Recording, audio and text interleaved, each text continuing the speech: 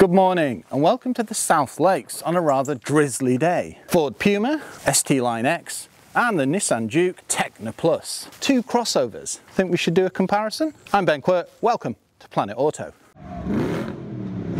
Now crossovers sell like hotcakes because they tick so many boxes. And they're not particularly expensive either. Essentially, they're a car that stands a bit higher and is a bit wider. The Puma is actually built on the Fiesta platform. Rest in peace. They're great for a young family and those with an active lifestyle. So believe it or not, I can actually get my trek rail in both. Granted, I have to remove both wheels, but at least it's doable. And then you get features like the Mega Box. And Nissan offer hybrid. Now Ford don't for this. However, there may well be an electric on the horizon. I'll tell you why I think that when we look inside the interior. All will become clear. Both have funky styling and a unique look. I mean, this harks back to classic Puma. The one that was a car, stayed around for about 4 years, then disappeared and then re-emerged back in 2019 as an SUV.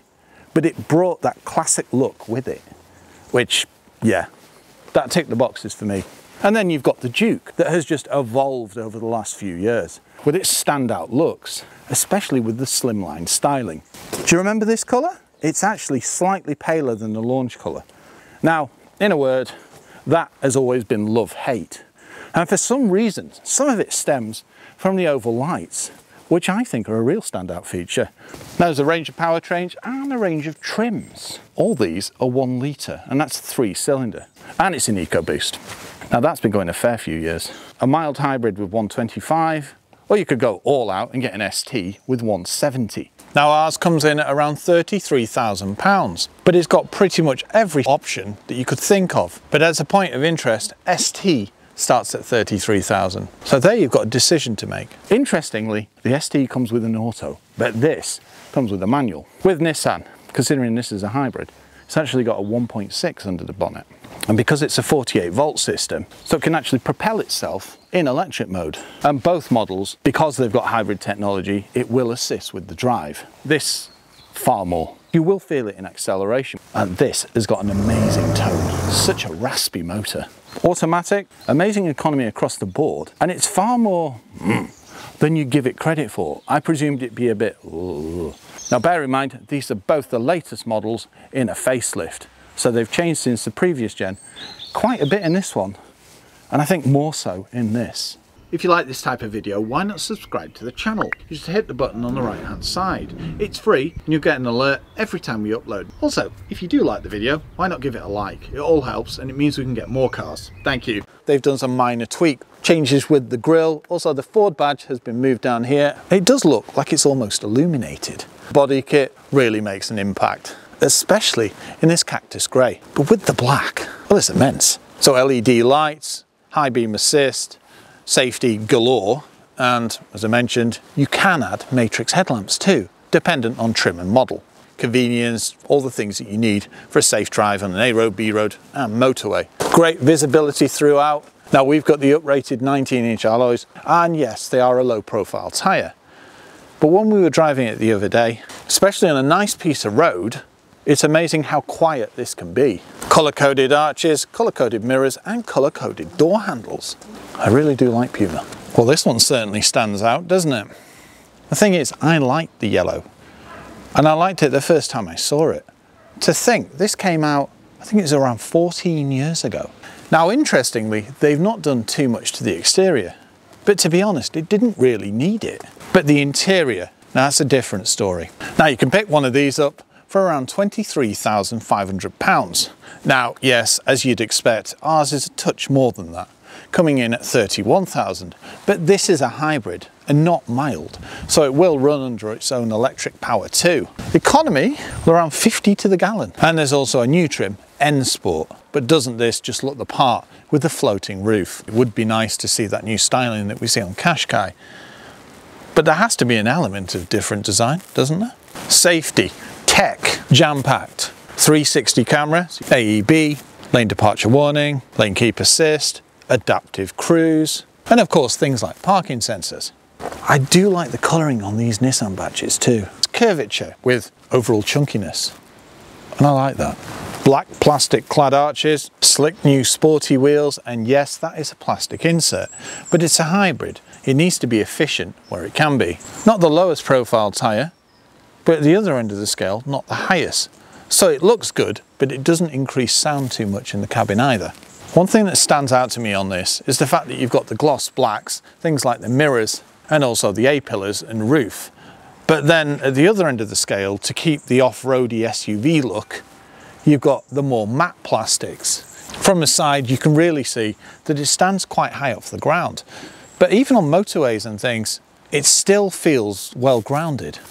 It doesn't blow around like some vehicles do when they've got a higher ride height. It carries off the 5-door designation extremely well, especially with the delete of the door handles and the way that they're housed in here. Nice sporty side skirts and keyless entry.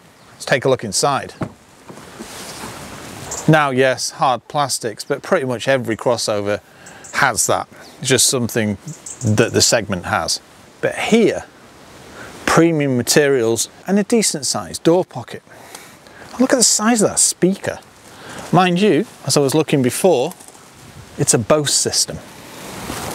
Climbing in, I don't really need to duck my head. It's deceptively spacious. And yes, an electronic handbrake. We've also got e-pedal for one pedal driving. 9 times out of 10, you don't even need to brake. Driving modes down here. And the design of the whole interior is just that bit different. I mean, they've done some upgrades and you can tell that clear as crystal. Things like the cluster area, the infotainment system, and some of the shaping. But you've still got things like the traditional circular style round the box. Ah, lovely. Keyless entry. Padded areas.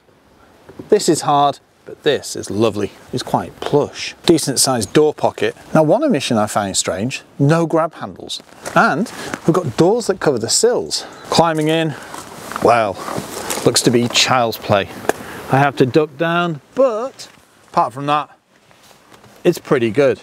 Now the interior, I like. And I think it's where some of the biggest changes have occurred. For example, the screen is no longer here.